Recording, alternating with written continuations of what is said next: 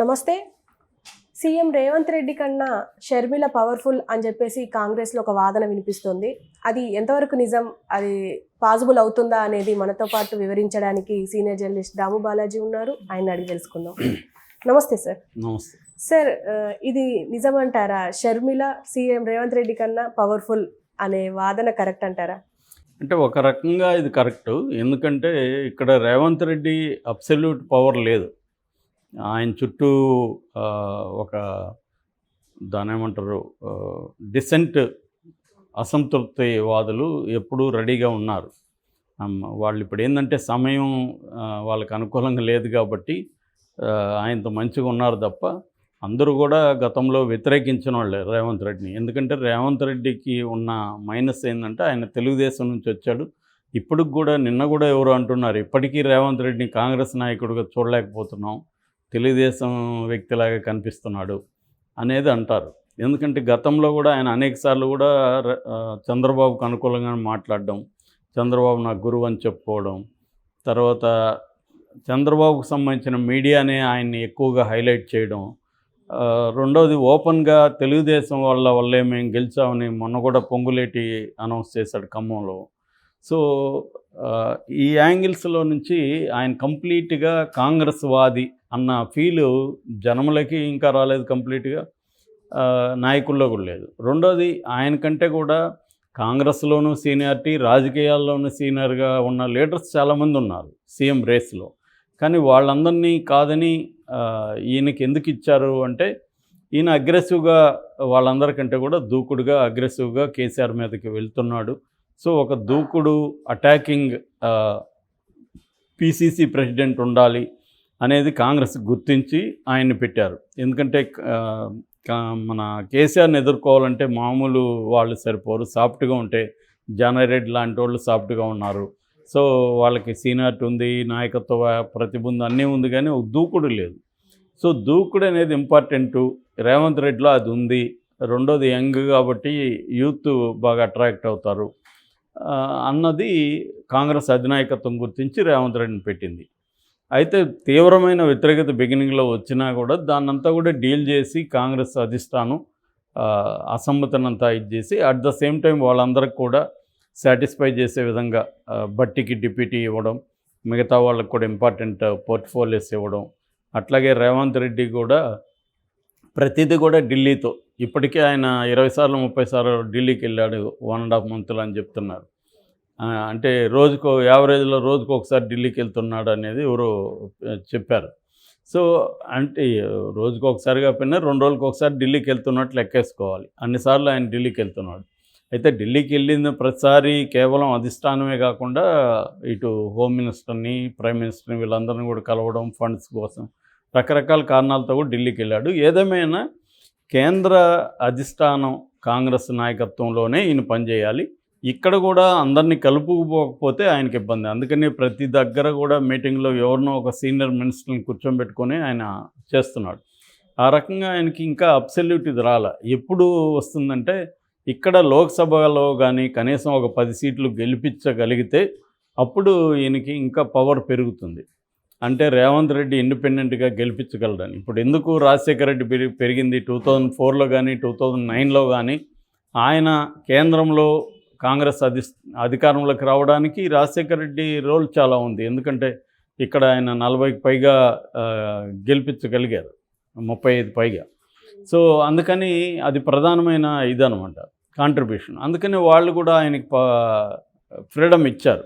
ఇక్కడ పరిస్థితి లేదు. ఇక్కడ గెలిచింది కూడా ఎంత మెజార్టీ, 5 మంది మెజార్టీ, సిపిఐని కలుపుకుంటే 6 మంది, అంతకంటే ఏమి గొప్ప మెజార్టీ తీసుకురాలేదు కదా. సో రేపు ఇక్కడ కూడా లోక్సభలో కూడా తీసుకురాలేకపోతే మాత్రం రేవంత్ రెడ్డికి ఇంకా వీక్ అయిపోతాడు. 1 2 కానీ వచ్చి మిగతా అంతా బీజేపీ బీఆర్ఎస్ కానీ తెచ్చుకోగలిగితే రేవంత్ రెడ్డి ఇంకా బలహీనపడతాడు. అంటే ఈయన మాటలు దూకుడు అది ఉంది తప్ప నిజంగా జనాన్ని గెలిచే పద్ధతుల్లో లేదు ఈయన అన్నది. అంటే ఆయన మీద ఉన్న విమర్శ ఏంటంటే ఇప్పటికీ ప్రతిపక్ష నాయకుడిలాగా బిహేవ్ చేస్తున్నాడు, కానీ ఒక ముఖ్యమంత్రి స్థాయిలో ఉండాల్సిన వ్యక్తికి ఉండాల్సిన హుందాతనం అది లేదు. ఇప్పటికీ అదే భాష మాట్లాడుతున్నాడు. కేసీఆర్ని నిన్న కూడా ఛాలెంజ్ చేసి అట్లాగే బూతులంతా మాట్లాడాడు. సో ఒక మారిన తర్వాత ముఖ్యమంత్రి హోదాలో వేరే రకంగా ఉండాలి, ఎందుకంటే ప్రజలు గమనిస్తుంటారు అన్న యాంగిల్ విమర్శ ఆయన మీద ఉంది. సో ఇన్ని రకాలుగా రేవంత్ రెడ్డికి ఏంటంటే అబ్సల్యూట్గా ఫ్రీడమ్ అనేది లేదు.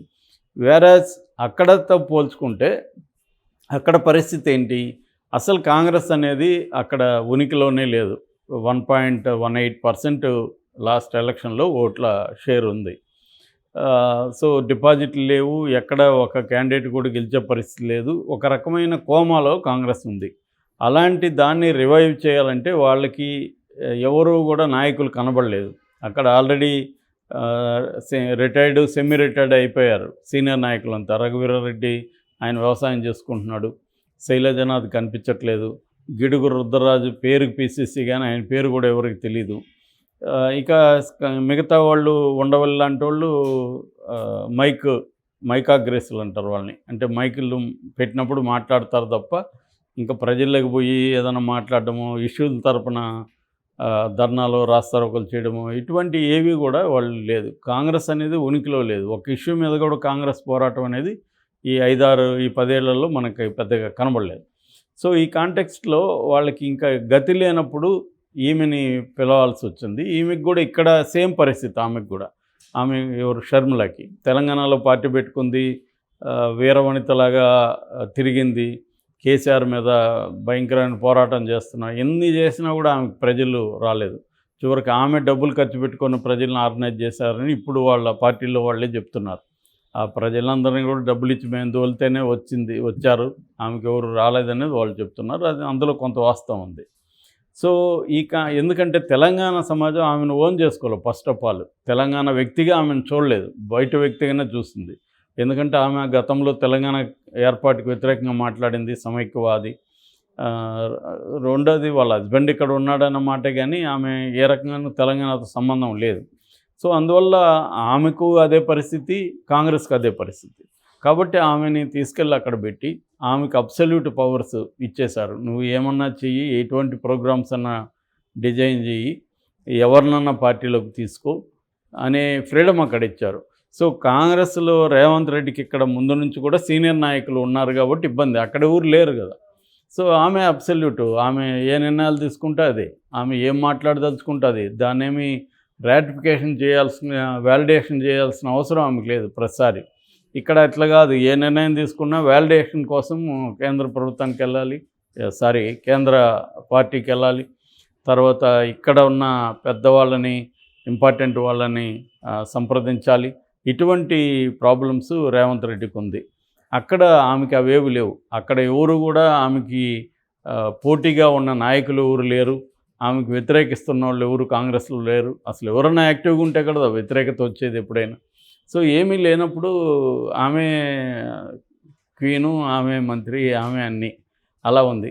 సో నిన్న పరిస్థితి చూస్తే కూడా మనం రాహుల్ గాంధీ ట్వీట్లో అబ్సల్యూట్గా నీ వెంట మేము ఉన్నాము అనేది, వీఆర్ విత్ యూ అని, నువ్వు గో అహెడ్ అన్నట్టుగానే ట్వీట్ చేశాడు. ఎందుకంటే ఆమె మీద చంపేస్తామని, లేకపోతే అనేక అబద్ధాలు రాస్తూ వైసీపీ సోషల్ మీడియా పెడుతుందని చెప్పారు. సునీత కూడా ఇక్కడ డీసీపీ క్రైమ్, సైబర్ క్రైమ్ యూనిట్లో డీసీపీ శిల్పవల్లి ఆమెను కలిశారు. ఆమె చెప్పింది ఏంటంటే, వర్ర రవీంద్రారెడ్డి అనే వ్యక్తి వైసీపీ అతను నన్ను చంపేస్తాడని పెట్టాడు అని అంటాడు. వర్ర రవీంద్రారెడ్డి ఏమో నిన్న స్టేట్మెంట్ ఇచ్చాడు, నేను యాక్చువల్గా జనవరి 31 ఇక్కడ కడప ఎస్పీ సిద్ధార్థ కౌశల్కి రిపోర్ట్ చేశాను, నా పేరుతో ఐటీడీపీ వాళ్ళు ఒక ఐడి క్రియేట్ చేసి దాన్ని చేస్తున్నారు, దాని మీద చర్య తీసుకోమని నేను అప్పుడే చెప్పానని అతను ఇచ్చాడు. ఆ వర్ర రవీంద్రారెడ్డి అనే ఐడి నాది కాదు, నేనెందుకు మాట్లాడతాను, ఒక పెద్ద పోస్ట్ కూడా పెట్టాడు, అక్క అంటూ వీళ్ళిద్దరిని సంబోధిస్తూ. అంటే కొన్ని ప్రశ్నలు వాళ్ళకి సంధించాడు కూడా. సో తను, మీరంటే నాకు గౌరవమే, కాకపోతే మీరు ప్రత్యర్థులుగా ఉన్నారు కాబట్టి మిమ్మల్ని వ్యతిరేకిస్తున్నాను, రెండోది మీరు చంద్రబాబు గుప్పెట్లో ఉన్నారు అనేది అతను ఆరోపిస్తున్నాడు. సో ఇప్పుడు దీని మీద జగన్ ప్రభుత్వం కూడా సీరియస్గా దిగి, ఒకవేళ ఐటీడీపీ చేసుంటే దాన్ని బయటపెట్టడానికి ట్రై చేయాలి.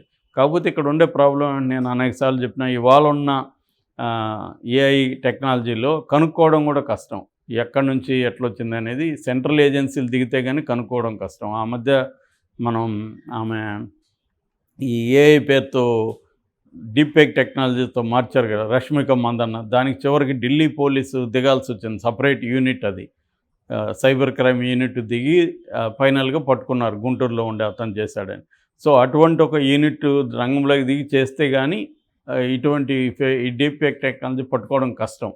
అందువల్ల జగన్ ప్రభుత్వం కూడా ఒకవేళ అవసరమైతే సెంట్రల్ గవర్నమెంట్ సహాయం తీసుకొని ఇది చేయాలి. లేకపోతే వాళ్ళే చేశారని ఇక్కడ దుష్ప్రచారం జరుగుతుంది. వాళ్ళు చేయలేదని చెప్తున్నారు కాబట్టి అది నిరూపించుకోవాల్సిన బాధ్యత కూడా వాళ్ళ మీద ఉంది. నిజంగా ఒకవేళ ఐటీడీపీ కానీ చేస్తుంటే దాన్ని వాళ్ళు పట్టుకోవాల్సిన అవసరం కూడా గవర్నమెంట్ ఉంది కాబట్టి అక్కడ అది చేయాలి.